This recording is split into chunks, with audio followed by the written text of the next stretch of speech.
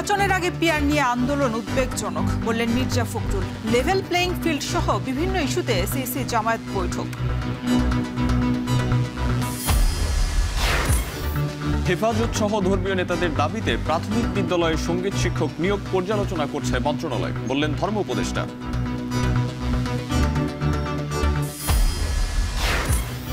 20% বাড়ি ভাড়ার দাবিতে সারা দেশে এমপিও শিক্ষকদের কর্মবিরতি। ঢাকা সেন্ট্রাল ইউনিভার্সিটি চূড়ান্তের দাবিতে 7 কলেজ শিক্ষার্থীদের পদযাত্রা।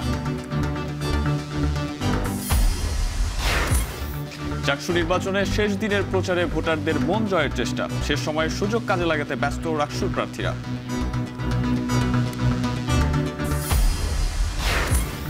এবং যুদ্ধবিরতির শর্ত অনুযায়ী 20 জিম্মিকে হস্তান্তর করল হামাস। মুক্তির অপেক্ষায় 1900 ফিলিস্তিনি। তেল আবিব পৌঁছেছেন ডোনাল্ড ট্রাম্প।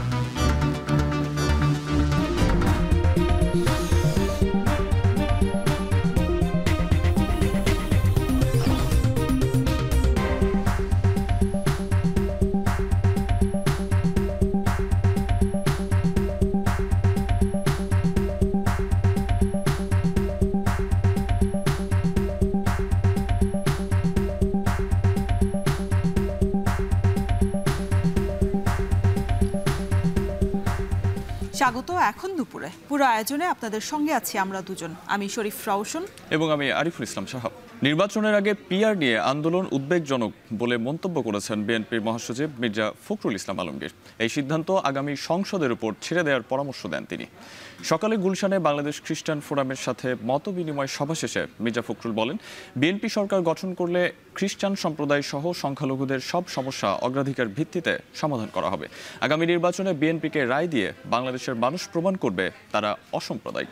জাতীয় ঐকমত্য কমিশনে যেসব বিষয়ে একমত হয়নি রাজনৈতিক দলগুলো, সেগুলো নির্বাচনী ইশতেহারে আসতে পারে বলে জানান এই বিএনপি নেতা। আমরা খুব আশা করে আছি যে আগামী নির্বাচনে জনগণ আরেকবার রায় দেবে যে এই বাংলাদেশের মানুষ সত্যিকার অর্থেই তারা অসাম্প্রদায়িক এবং তারা বাংলাদেশি জাতীয়তা বিশ্বাস করেন। আগামী 17 তারিখে সবাই আশা করছি আমরা যে এই যেগুলোতে একমত হয়েছে সেগুলোতে সব রাজনৈতিক দলগুলো স্বাক্ষর করবে এবং যেগুলোতে একমত হতে পারেনি সেগুলো ভবিষ্যতে নির্বাচনে, আসন্ন নির্বাচনে সেগুলোকে প্রত্যেকটি রাজনৈতিক দল তাদের ম্যানিফেস্টো হিসেবে নিয়ে আসবে জনগণের সামনে। আসন্ন জাতীয় সংসদ নির্বাচনে লেভেল প্লেইং ফিল্ড নিশ্চিত করা, প্রবাসীদের ভোটাধিকার সহ নানা ইস্যুতে নির্বাচন কমিশনের সাথে বৈঠকে বসেছে জামায়াতে ইসলামী। বৈঠকে আলোচনা হচ্ছে পিআর এবং গণভোট নিয়েও। দুপুর 12:15টায় দলের নায়েবে আমির ডক্টর সৈয়দ আব্দুল্লাহ মোহাম্মদ তাহেরের নেতৃত্বে 5 সদস্যের জামায়াত প্রতিনিধি দল আসে নির্বাচন কমিশনে। এরপরই ইসির সভাকক্ষে শুরু হয় বৈঠক। নির্বাচন কমিশনার এএমএম নাসির উদ্দিন, অন্য 4 নির্বাচন কমিশনার এবং ইসি সচিব বৈঠকে অংশ নেন।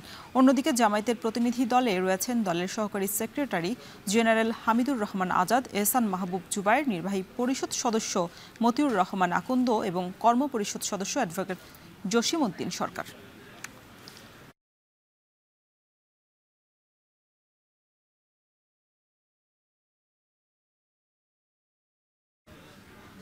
আসন্ন নির্বাচনে এক পরিবার থেকে 2 আসনে বিএনপির মনোনয়ন চান অন্তত ডজন খানেক পরিবার, যেখানে দলের স্থায়ী কমিটির সদস্যদের বেশিরভাগই চান জোড়া প্রতিনিধিত্ব। নতুন প্রজন্মের প্রার্থীরা বলছেন পরিবারের প্রভাবমুক্ত থেকে যোগ্যতা প্রমাণ দিতে চান তারা। আর বিএনপির নীতি নির্ধারকরা বলছেন মনোনয়ন দেওয়ার ক্ষেত্রে পরিবার নয়, বিবেচিত হবে নিজস্ব জনপ্রিয়তা, গ্রহণযোগ্যতা ও দলের প্রতি ত্যাগ। বিস্তারিত সিফাত শাহরিয়ারের প্রতিবেদনে। যেখানে পরিবার মানে নেতৃত্বের বৈধতা আর রক্তের সম্পর্ক মানেই অধিকার, যেখানে সাধারণের চোখে সব ক্ষেত্রে চাচা মামার প্রভাব একই সাথে অবধারিত বিষয় এবং সামাজিক সমস্যাও বটে।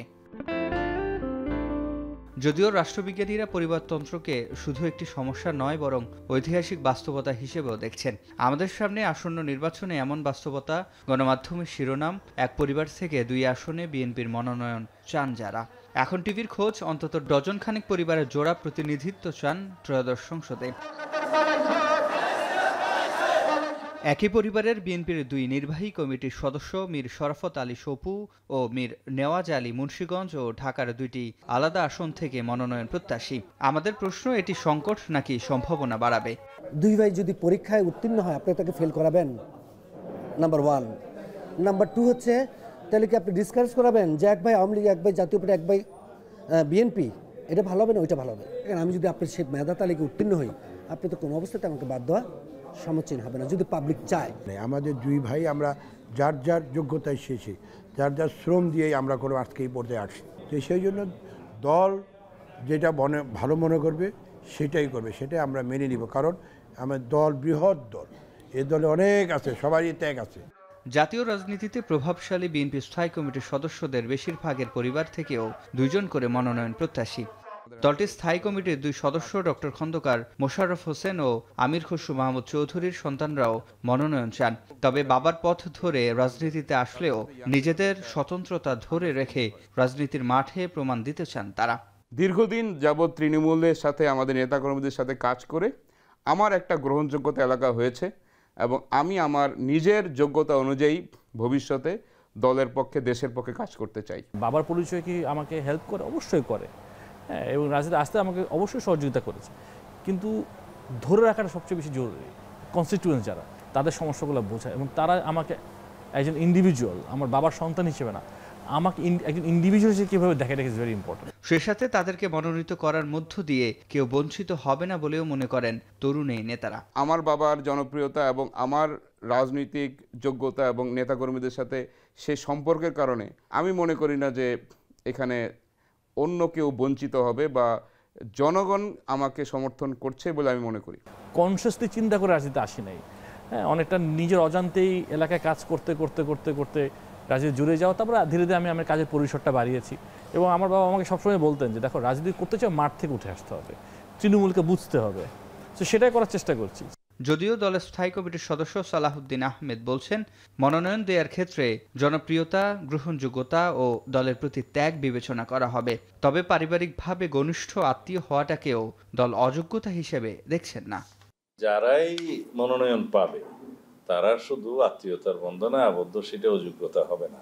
তাদের রাজনৈতিক যোগ্যতা বিবেচনা করা হবে, জনপ্রিয়তা বিবেচনা করা হবে, মানুষের কাছে তার গ্রহণযোগ্যতা বিবেচনা করা হবে, তার মেধা, প্রজ্ঞা, তার অবদান, এগুলো সবকিছু বিবেচনা করা হবে। শুধুমাত্র পারিবারিকভাবে ঘনিষ্ঠ আত্মীয় সেই কারণে তার রাজনৈতিক অযোগ্যতা হতে পারে না সেটা।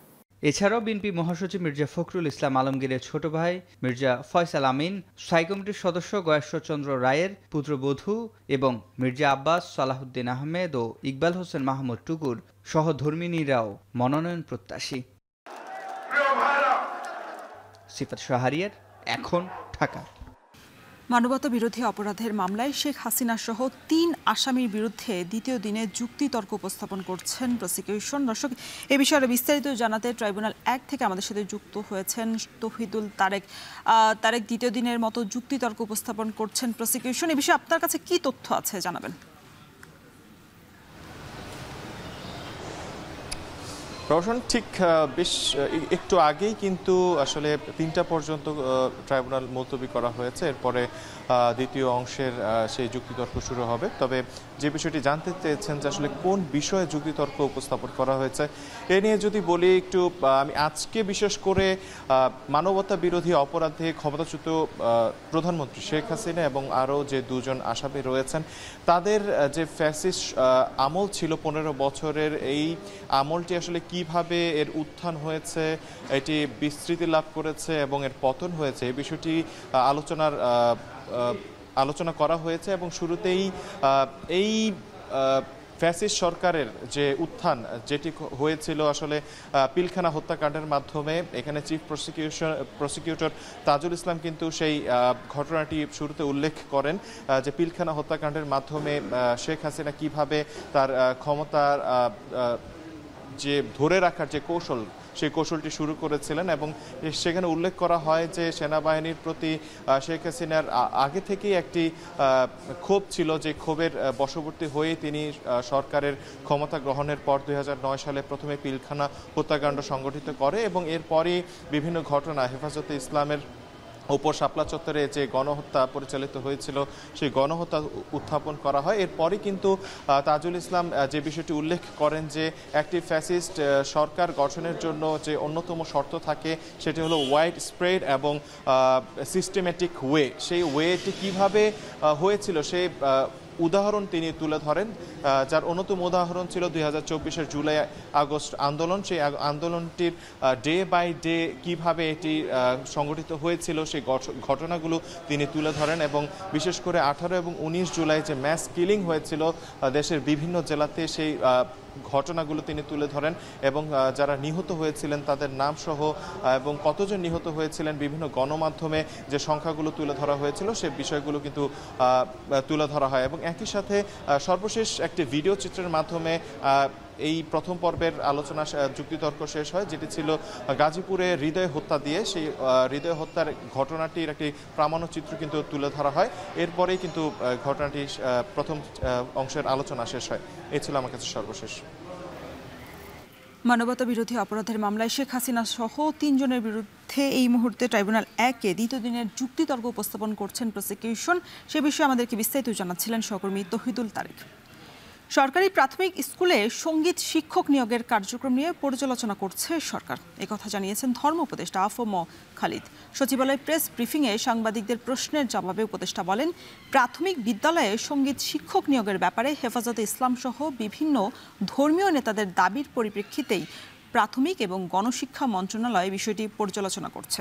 সরকার সুষ্ঠু নির্বাচন দিতে প্রস্তুত আছে বলেও জানিয়ে ধর্ম উপদেষ্টা জানান, তারা টাকা লুট করেনি, যে কারণে পালানোর প্রয়োজনীয়তা নেই, সেফ এক্সিটেরও দরকার নেই। তিনি বলেন, ছাত্র আন্দোলনকারীদের সাথে সরকারের দূরত্ব নেই, যথাসময়ে নির্বাচিত সরকারের কাছে দায়িত্ব হস্তান্তর করা হবে।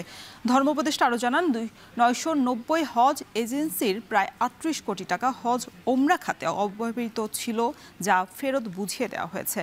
জানান, এখন পর্যন্ত 60,000 জন হজে যেতে নিবন্ধন করেছেন।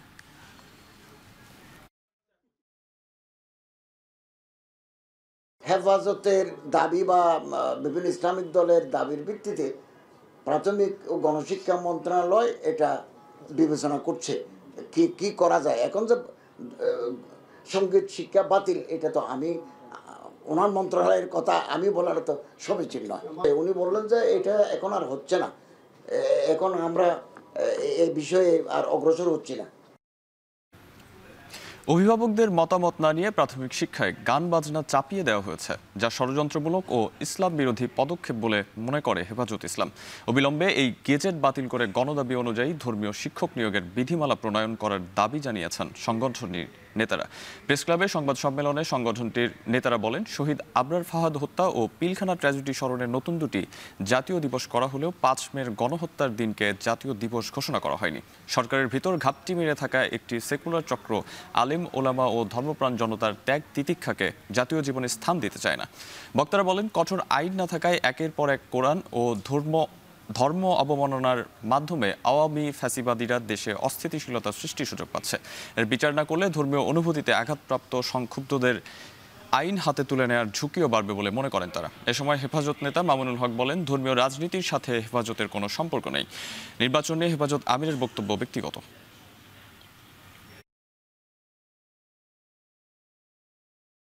বাংলাদেশের আম তৌহিদি জনতা গান বাজনার শিক্ষক চায় না, অতএব সেই গান বাজনার শিক্ষক নিয়োগ আইন প্রত্যাহার করতে হবে।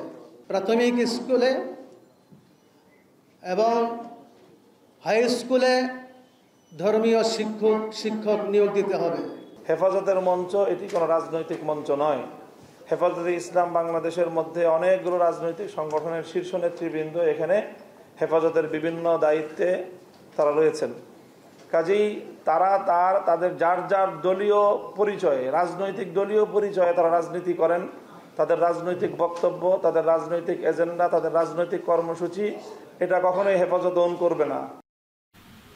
মূল বেতনের 20% বাড়ি ভাড়া দেয়া সহ 3 দফা দাবি ও কর্মসূচিতে পুলিশের বাধার প্রতিবাদে কেন্দ্রীয় শহীদ মিনারে অবস্থান কর্মসূচি পালন করছেন এমপিওভুক্ত শিক্ষকরা। সেখানে আছেন সহকর্মী বাইজিৎ সাদ। সরাসরি যুক্ত হচ্ছে তার সঙ্গে।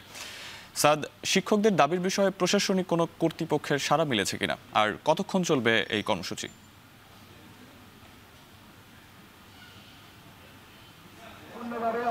সাহাব, এখন পর্যন্ত শিক্ষকদের যে যৌক্তিক দাবি তারা যেটি বলছেন সেটি বাস্তবায়নের জন্য প্রশাসনিকভাবে এখন পর্যন্ত কোনো রূপ ব্যবস্থা গ্রহণ করা হয়নি এবং ঊর্ধ্বতন কোনো মহলও এখানে আসেনি বলে তারা কিন্তু আমাদেরকে নিশ্চিত করেছেন। তারা জানিয়েছেন যে তাদের যে যৌক্তিক দাবি অর্থাৎ 20% বাড়ি ভাড়া বাড়ানো সহ আরো যে দুটি দাবি রয়েছে, তাদের যে চিকিৎসা ভাতা সেটি 1500 টাকা করা এবং কর্মচারীদের যে উৎসব ভাতা সেটি 75% করার যেই তিনটি দাবি, সেই দাবি নিয়ে গতকালকে তারা প্রেস ক্লাবের সামনে অবস্থান কর্মসূচি পালন করছিলেন।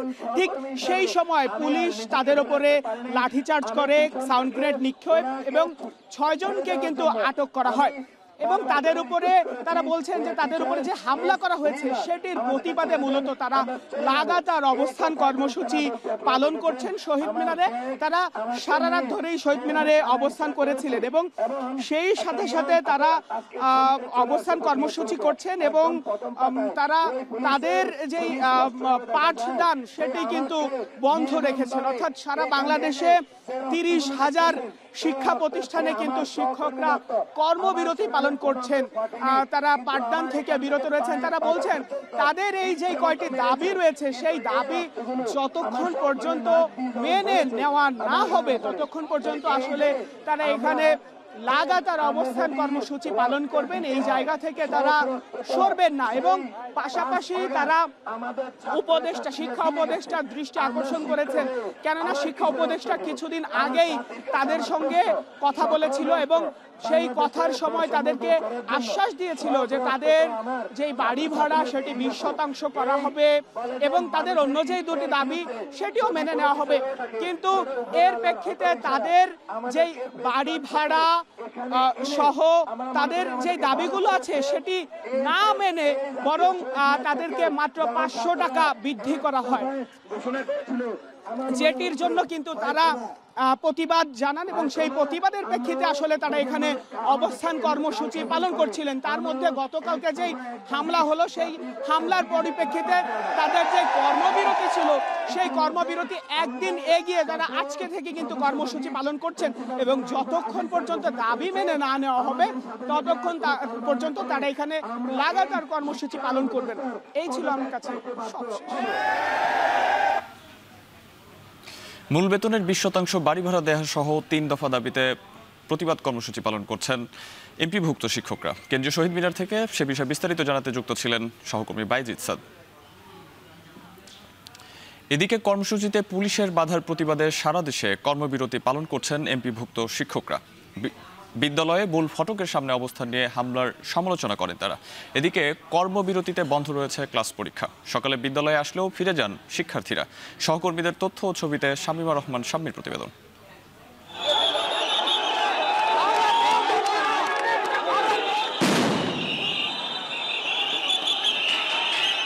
জাতীয় প্রেস ক্লাবে রোববার কর্মসূচিতে পুলিশের বাধার প্রতিবাদ ও মূল বেতনের 20% বাড়ি ভাড়া সহ 3 দফা দাবিতে সারা দেশে কর্মবিরতি পালন করেছেন এমপিওভুক্ত শিক্ষক কর্মচারীরা। এতে বন্ধ রয়েছে এমপিওভুক্ত স্কুলের ক্লাস পরীক্ষা। সৈয়দপুরের 54টি শিক্ষা প্রতিষ্ঠানে কর্মবিরতির অংশ হিসেবে স্কুলের সামনে অবস্থান নেন শিক্ষকরা। বলেন, শিক্ষকদের ওপর যে হামলা হয়েছে তা ন্যক্কারজনক। এছাড়া বিভিন্ন সময় শিক্ষকদের দাবি পূরণের আশ্বাস দেয়া হলেও তা না হয় সমালোচনা করেন তারা।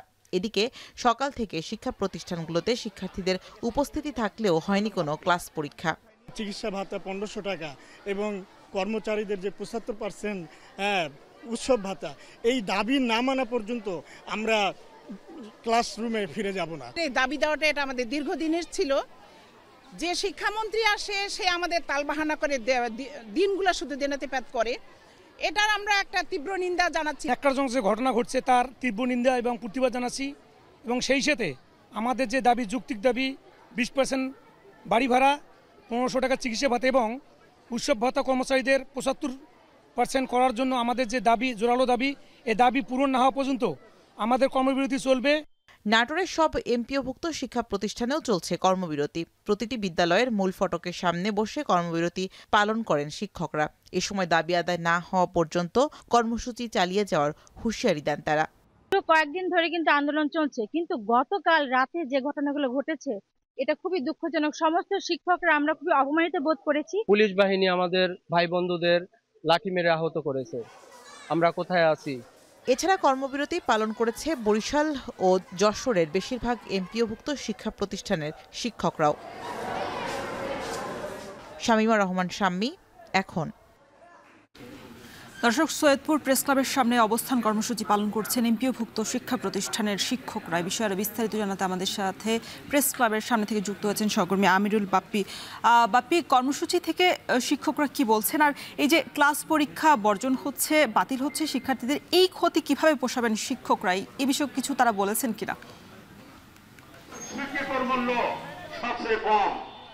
রওশন, কিছুক্ষণ আগেই এখানে শুরু হয়েছে সৈয়দপুর যে প্রেস ক্লাব আছে সেই প্রেস ক্লাবের সামনে যে স্কুল কলেজ মাদ্রাসার যে প্রধান শিক্ষক ফোরাম, সেই ফোরামের নেতৃত্বে শুরু হয়েছে আজকে যে বিক্ষোভ মিছিল এবং সমাবেশ, এবং সেই সাথে তারা মানববন্ধন করছেন যে তাদের যে দাবিটি ছিল যে বেসিকের 20% বাড়ি ভাড়া, মেডিকেল এবং অন্যান্য যেসব সুযোগ সুবিধার জন্য তারা আন্দোলন করছেন দীর্ঘদিন ধরে, সেই আন্দোলনটি যাতে দ্রুত বাস্তবায়ন হয় সেই জন্য আজকে তারা এখানে মানববন্ধন এবং বিক্ষোভ সমাবেশ করছেন। এবং এর পাশাপাশি গতকালকে ঢাকায় যে শিক্ষক লাঞ্ছনার ঘটনা ঘটেছে আইনশৃঙ্খলা বাহিনীর দ্বারা, সেইটারই প্রতিবাদ তারা করছেন এবং তারা শিক্ষকরা বলছেন যে যত দ্রুত সম্ভব এই দাবিটি মেনে নেওয়ার জন্য, কারণ তারা যেহেতু ক্লাস পরীক্ষা বন্ধ করে আছেন, এতে আলটিমেটলি শিক্ষার্থীদের ক্ষতি হচ্ছে। যেহেতু এখন অক্টোবর মাস চলছে, সামনের মাসেই ফাইনাল পরীক্ষা অনুষ্ঠিত হবে, তো এই যে শিক্ষার্থীরা ক্ষতিগ্রস্ত হচ্ছে, এই ক্ষতিটা যেন না হয় তারাও চাইছেন যেন শিক্ষার্থীরা এই ক্ষতির মুখে না পড়েন। যার কারণে তারা সরকারের কাছে বারবার আহ্বান জানাচ্ছেন যে তাদের এই যে দাবিটি যত দ্রুত সম্ভব মেনে নিয়ে এই আবার যেন ক্লাস পরীক্ষা স্বাভাবিকভাবে তারা চালু করতে পারেন, সেই জন্য তারা বারবার আহ্বান জানাচ্ছেন। এবং আমি এর মধ্যেই কথা বলেছি যে এই যে সামনে ফাইনাল পরীক্ষা, ক্লাস পরীক্ষা বর্জনের ফলে শিক্ষার্থীদের যে ক্ষতি হচ্ছে, এটি তারা কিভাবে পুষিয়ে নিতে পারবেন। তো শিক্ষকরা বলছেন যে প্রয়োজনে তারা অতিরিক্ত ক্লাস করে অতিরিক্ত সময় দিয়ে শিক্ষার্থীদের যে সিলেবাস কমপ্লিটের যে বিষয়টি থাকে সেটি তারা শেষ করবেন। এবং শিক্ষার্থীদের সাথেও আমরা কথা বলেছি, শিক্ষার্থীরা যেটি আমাদেরকে জানিয়েছেন যে তারাও বিভিন্নভাবে আসলে ক্ষতিগ্রস্ত হচ্ছে, তাদের যে পড়াশোনার যে করার যে মানসিক অবস্থা সেটি থেকে তারা কিছুটা বিচ্যুতি হচ্ছে, যেহেতু আর হয়তো 1 থেকে 1.5 মাসের মধ্যে স্কুল ফাইনাল পরীক্ষা অনুষ্ঠিত হবে। তাও শিক্ষার্থীরাও আসলে আবেদন জানিয়েছেন যে তাদের শিক্ষকরা যেন খুব দ্রুত ক্লাসে এসে তাদের যে শিক্ষাদান কর্মসূচি, পাঠদান যে কর্মসূচি বা স্বাভাবিক নিয়মে যে ক্লাস পরীক্ষা হওয়ার কথা সেটি যেন তারা করতে পারে। তো সব মিলিয়ে সারা দেশের মতো সৈয়দপুরও এই আন্দোলনটি চলছে এবং শিক্ষকদের দাবি যত দ্রুত সম্ভব এটি মেনে নেওয়ার। রওশন। দর্শক, সৈয়দপুরে এমপিওভুক্ত শিক্ষা প্রতিষ্ঠানের শিক্ষকদের অবস্থান কর্মসূচির সবশেষ খবর জানাতে আমাদের সাথে যুক্ত ছিলেন সহকর্মী আমিরুল বাপ্পি। 7 কলেজ নিয়ে প্রস্তাবিত ঢাকা সেন্ট্রাল ইউনিভার্সিটির সিদ্ধান্ত চূড়ান্ত করে অধ্যাদেশ জারির দাবিতে পদযাত্রা কর্মসূচি পালন করছে শিক্ষার্থীরা। এ নিয়ে আরও বিস্তারিত জানাতে আমাদের সাথে যুক্ত হয়েছেন শাহরিয়ার জামান পুলক। শিক্ষার্থীরা কোন কোন দাবিতে কর্মসূচি পালন করছেন, বিস্তারিত জানাবেন।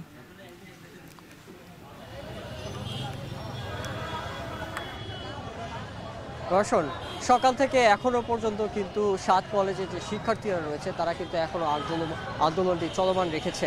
এবং আমরা এখন যদি বর্তমানে পরিস্থিতি একটু জানাতে চাই, এখন কিছুটা শিক্ষার্থী কম এখানে দেখা গেল, তারা কিন্তু বিক্ষিপ্ত অবস্থায় এই যে শিক্ষা ভবনের আশপাশ এবং সচিবালয়ের আশপাশ সেখানে অবস্থান কর্মসূচি পালন করছে। তারা এখানে বিভিন্ন ধরনের স্লোগান দিয়ে কিন্তু তারা এখনও এই তাদের যে অবস্থান কর্মসূচি সেটি চলমান রেখেছে। যেই দাবিতে তারা এসেছেন এখানে সেটি হচ্ছে ঢাকা সেন্ট্রাল ইউনিভার্সিটি আইন 2025। এটি নিয়ে একটি খসড়া নিয়ে কিন্তু নানা ধরনের তর্ক বিতর্ক হয়েছে, কিন্তু এই যে তারা বর্তমানে এখানে এসেছেন শুধু খসড়ার জন্য না, তারা চান আজকে এইখান থেকেই তারা অধ্যাদেশ জারি করে তারা এখান থেকে পড়ার টেবিলে ফিরতে চান। তারা কিন্তু বলছেন, আমরা সকাল থেকে কথা বলেছি শিক্ষার্থীদের সাথে, যে গত 9 অক্টোবর পর্যন্ত শিক্ষা মন্ত্রণালয় উক্ত আইনের যে খসড়ার বিষয়ে সকল যে অংশীজন সেইটি মতামত রেখেছে এবং তারা বলছে যে মন্ত্রণালয়ের যে অংশীজনরা মতামতের যে ভিত্তিটি দিয়েছেন তারা কিন্তু দ্রুতই এটার সমাধান দেবেন, কিন্তু তারা যেটি বলছে যে তাদের যে দ্রুত সমাধানের নাম করে যে বিশ্ববিদ্যালয় গঠনের যে ইস্যুটি সেটি সিদ্ধান্ত নিতে কর্তৃপক্ষ এটি কিন্তু বেশ তীব্রই কালক্ষেপণ করছে এবং এর জন্যই কিন্তু তারা এই যে সময়টি লাগছে, কালক্ষেপণটি হচ্ছে, সেটি কিন্তু তারা আর চান না। তারা এই যে খসড়াটি থেকে যে অধ্যাদেশ জারির এটি দ্রুতই তারা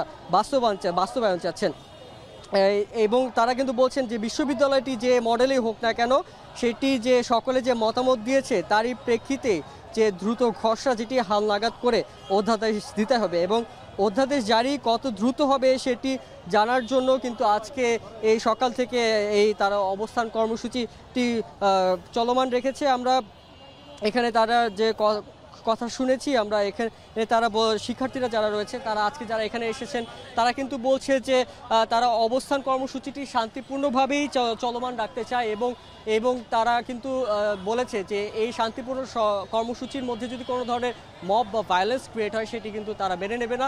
আমরা কিন্তু দেখতে পেরেছি যে সকাল থেকে পুলিশ ব্যারিকেড দিয়ে রেখেছিল এবং এখানে তারা পূর্ব সকল ধরনের প্রস্তুতি নিয়ে রেখেছিল। তো এই ছিল রওশন আমার কাছে শিক্ষা ভবনের সামনে থেকে সর্বশেষ পরিস্থিতি। 7 কলেজের শিক্ষার্থীদের পদযাত্রা কর্মসূচির সবশেষ খবর জানাতে যুক্ত ছিলেন সহকর্মী শারিয়াত জামান পুলক। অনিবন্ধিত এবং অনুমোদনহীন ব্যক্তিরা বিগত নির্বাচনে আওয়ামী লীগের ভোট কারচুপির সহযোগিতা করেছিল বলে মন্তব্য করেছেন আনসারের উপমহাপরিচালক কর্নেল ফয়সাল আহমেদ ভুইয়া। সংবাদ সম্মেলন করে আনসারের পক্ষ থেকে জানানো হয়, আগামী নির্বাচনে দায়িত্ব পালনের জন্য প্রস্তুত রয়েছে আনসারের সদস্যরা। ইতিমধ্যেই ৪৫,০০০ ভোট কেন্দ্রের জন্য ৫,৮৫,০০০ কর্মী প্রস্তুত করেছে আনসার এবং গ্রাম প্রতিরক্ষা বাহিনী। ইতিমধ্যেই আনসারের প্রশিক্ষণের জন্য সরকারের কাছে যাওয়া বাজেট কিছুটা কমিয়ে আনার চেষ্টা করা হচ্ছে। প্রশিক্ষণ পাওয়া আনসার এবং গ্রাম পুলিশ সদস্যদের স্থানীয় সরকার নির্বাচনেও গুরুত্বপূর্ণ ভূমিকা পালন করবে।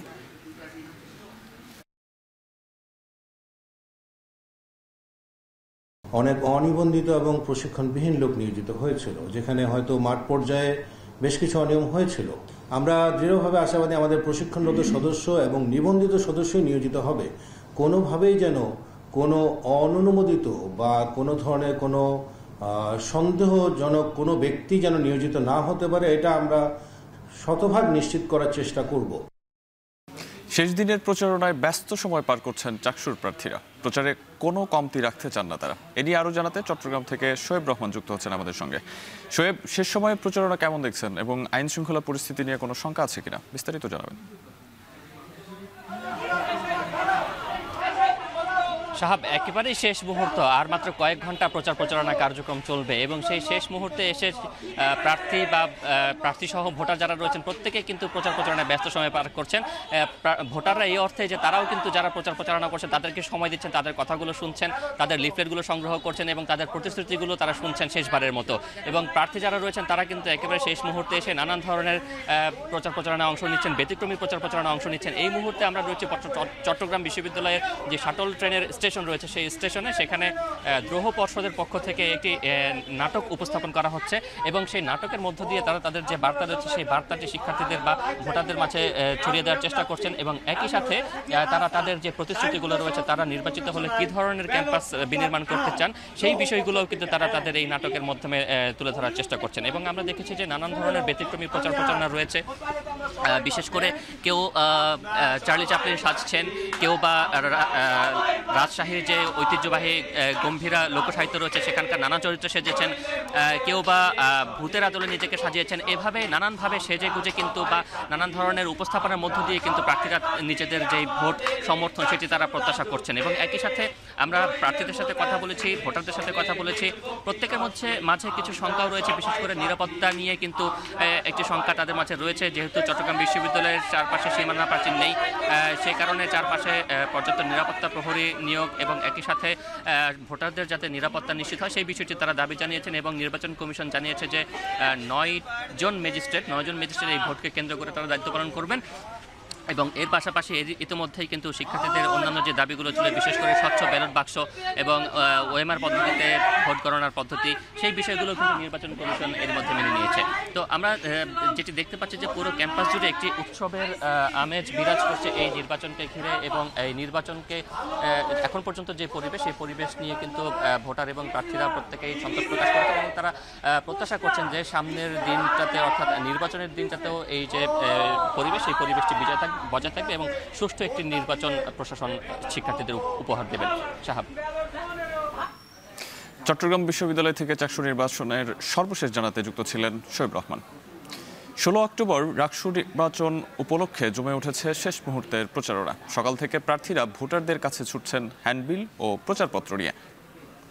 নির্বাচন ঘিরে প্রায় সব প্রস্তুতি সম্পন্ন করেছে বিশ্ববিদ্যালয় প্রশাসন। নিরাপত্তা ও আইন শৃঙ্খলা বজায় রাখতে ক্যাম্পাসে মোতায়েন করা হয়েছে অন্তত 2000 পুলিশ সদস্য। প্রার্থীরা ক্যাম্পাসে নবীন বরণকে ঘিরে প্রচারণায় ব্যস্ত সময় পার করছেন। নির্বাচনকে কেন্দ্র করে আগামী বুধবার এবং বৃহস্পতিবার ক্লাস পরীক্ষা বন্ধ রেখেছে বিশ্ববিদ্যালয় প্রশাসন। ডাকসু নির্বাচনে প্রচারণা শেষ হচ্ছে আগামীকাল মঙ্গলবার রাত 12টায়। ভোট গ্রহণ করা হবে বৃহস্পতিবার সকাল 9টা থেকে বিকেল 4টা পর্যন্ত।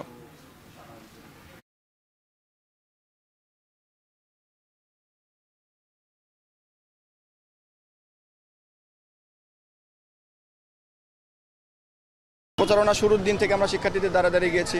হলপাড়া, একাডেমি ভবন, আমতলা, জামতলা, সর্বোচ্চ সব জায়গায় আমরা বিচরণ করেছি। শিক্ষার্থীদের দ্বারে দ্বারে গিয়ে আমরা আমাদের প্রচারণা অব্যাহত রেখেছি। যেই জায়গাগুলোতে আমাদের পৌঁছানো হয়নি সেই জায়গাগুলোতে আমরা কাজ করার চেষ্টা করছি। আগামীকাল আমাদের নির্বাচন প্রচারণার শেষ দিন এবং আজ ফার্স্ট ইয়ারের নবীনবরণ হচ্ছে। সেখানে কিন্তু সেই উৎসবের একটা আমেজকে আরও বাড়িয়ে দিয়েছে এবং সেখানে কিন্তু আমরাও সামিল হতে সকল প্রার্থী এখানে চলে এসেছি।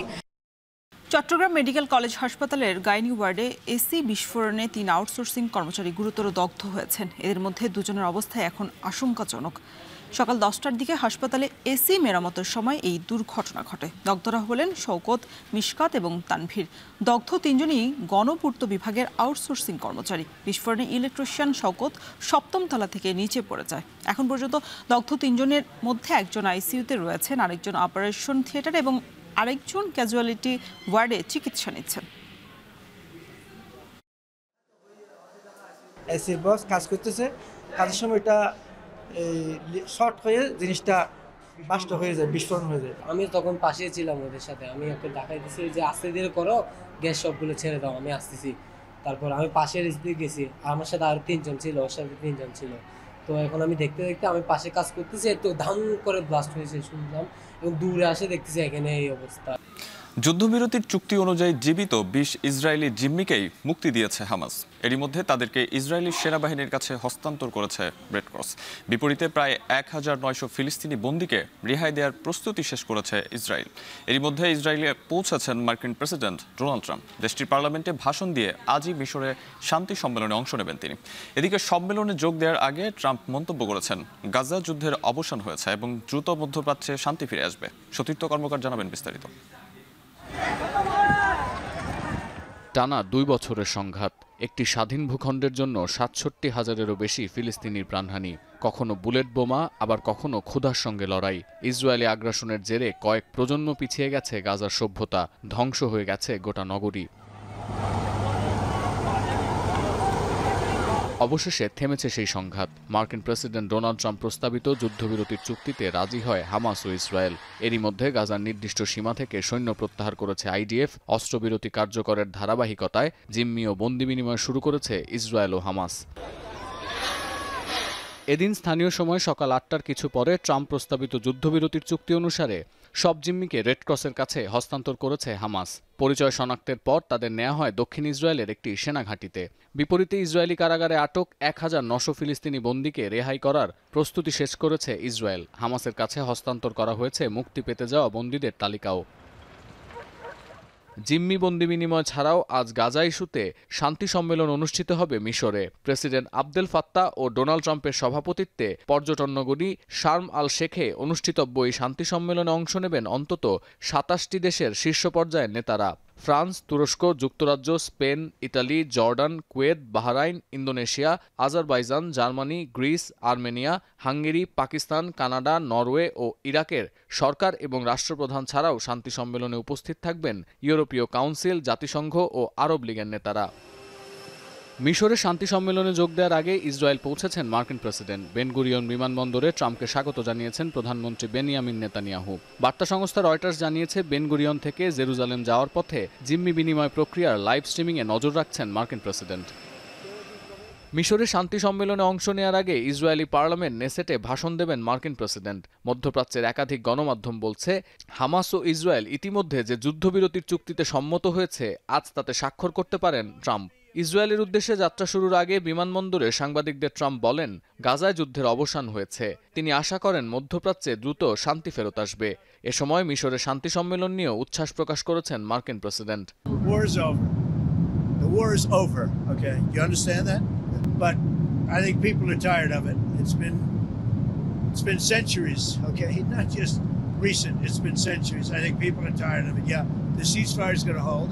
মিশরে এই সম্মেলনে অংশ নেবে না হামাস কিংবা ইসরায়েলের কোনো প্রতিনিধি। তবে জিম্মিদের ফিরিয়ে আনতে পারার বিষয়টিকে ইসরায়েলের অর্জন হিসেবেই দেখছেন দেশটির প্রধানমন্ত্রী। আজকের দিন ইসরায়েলের জন্য একটি ঐতিহাসিক দিন। জাতির উদ্দেশ্যে দেয়া ভাষণে এমন মন্তব্য করেছেন নেতানিয়াহু। এদিকে জিম্মি বিনিময় উপলক্ষে রোববার মধ্যরাত থেকেই ইসরায়েলের রাজধানী তেল আবিবের হস্টেস স্কয়ারে জড়ো হতে শুরু করেছেন দেশটির সাধারণ মানুষ। গাজায় যুদ্ধ শুরুর পর জিম্মিদের ফিরিয়ে আনার দাবিতে নিয়মিত এই স্কয়ারে বিক্ষোভ করেছেন তারা। সতীর্থ কর্মকার, এখন বিশ্ব। ইসি সচিবালয় নির্বাচন কমিশনের সাথে বৈঠক ব্রিফ করছেন জামায়াতের ইসলামী নেতারা। সরাসরি চলে যাচ্ছে সেখানে। আলোচনা করেছি, তারা দুইটা সমস্যার কথা বলেছিল। একটা হচ্ছে আইডি কার্ড, যেটা সেটি তো অবশ্যই হবে এবং সেটা একটা জটিলতা আছে। তার বাইরে অন্য কোনো ডকুমেন্টস দিয়ে সেটা করা যায় কিনা। তো আজকে ইলেকশন কমিশন বলছে যে জন্ম সনদ যেটা আছে, সেই জন্ম সনদের মাধ্যমেও তারা ভোটার হতে পারবে। তো ইটস একটা সলিউশন আছে, এটা আমার মনে হয় এটা হতে পারে। আর তাদের ভোট কাস্ট করার ব্যাপারে বিভিন্ন জায়গায় ইতিমধ্যে কাজ শুরু করছে। কোনো কোনো দেশে 3-4 করে সেন্টার করেছে। সব মিলিয়ে একটা প্রস্তুতি তারা মোটামুটি নিচ্ছে। আমরা স্যাটিসফাইড আপাতত যে প্রথমবারের মতো এক্সপেরিমেন্টালি যেটা তারা সেখানে নিচ্ছে। আমরা আরেকটা বিষয় আলাপ করেছিলাম, সেটা হচ্ছে ভোটার লিস্ট আপডেট করার যে বিষয়টি আছে। তো সেটা তো ওনাদের শিডিউলে যে ডেটটি আছে অক্টোবর, তারা বলছেন আমাদেরকে যে এর ভিতরে সেটাকে তারা সম্পন্ন করবে। এর সাথে আমরা বলেছিলাম যে ন্যাশনাল আইডি কম্পালসারি করা যাবে কিনা ভোট দেওয়ার জন্য, যাতে জাল ভোট না হয়। তো এটা ওনারা বলছেন যে ভোটার লিস্টে যে ছবিটা আছে সেটাকেই তারা রিফ্রেশ করার চেষ্টা করছে যতদূর সম্ভব। যদি সেটা হয়ে যায় তো তাহলে এটার বাড়তিটা প্রয়োজন হবে না, ছবি সেখানে স্পষ্ট হবে। এরপরে আমরা বলেছি যে অফিসার নিয়োগের যে বিষয়টি আছে, সেটি আমাদের গভর্নমেন্ট বলেছে যে তারা লটারির মাধ্যমেই এ সমস্ত নিয়োগগুলো করবে। তো সেটা যেন হয়, যাতে নিরপেক্ষতা বজায় থাকে, সেই বিষয়টির উপর আমরা জোর দিয়েছি। এটা গভর্নমেন্টের দায়িত্ব, তারা যেন সেটাকে গভর্নমেন্টের সাথে নেগোশিয়েট করে। আর যখন ইলেকশন ডেট ঘোষণা হবে তখন ইলেকশন কমিশনের দায়িত্ব এসে যাবে। অন্যরা যেন সেরকম একটা পদ্ধতি এটা ফলো করে। আমাদের পক্ষ থেকে আমরা এই রিকোয়েস্টটা ওনাদেরকে আমরা করে আসছি। এরপরে আমরা যেটা পিআরের ব্যাপারে আমরা কথা বলেছি, যে পিআর পদ্ধতি আর ট্রেডিশনাল পদ্ধতি, দুইটা পদ্ধতি আছে। আগে তো ট্রেডিশনালই ছিল, কিন্তু আমরা দেখছি 54 বছরের নির্বাচনে ট্রেডিশনাল পদ্ধতি নির্বাচনকে সুষ্ঠু করে নাই, বরং অসুস্থ নির্বাচন আমরা পেয়েছি। সে কারণে আমরা বলেছি পিআর সিস্টেম যদি হয়, কেন্দ্র দখল, ভোট কেন্দ্র দখল, দিনের ভোট রাতে হওয়া, সেটার সম্ভাবনাটা তো কমে যাবে।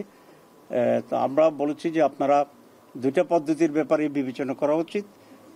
তারপরে এটা ফেট কি হবে সেটা নির্ধারণ করার পরেই বাকি নির্বাচনের রোডম্যাপের প্রস্তুতি সেটা হতে থাকবে। সরাসরি যুক্ত ছিলাম ইসি সচিবালয়ের জামায়াতে ইসলামের ব্রিফিংয়ে। এই ছিল এখন দুপুরে। এতক্ষণ সঙ্গে থাকার জন্য সবাইকে ধন্যবাদ।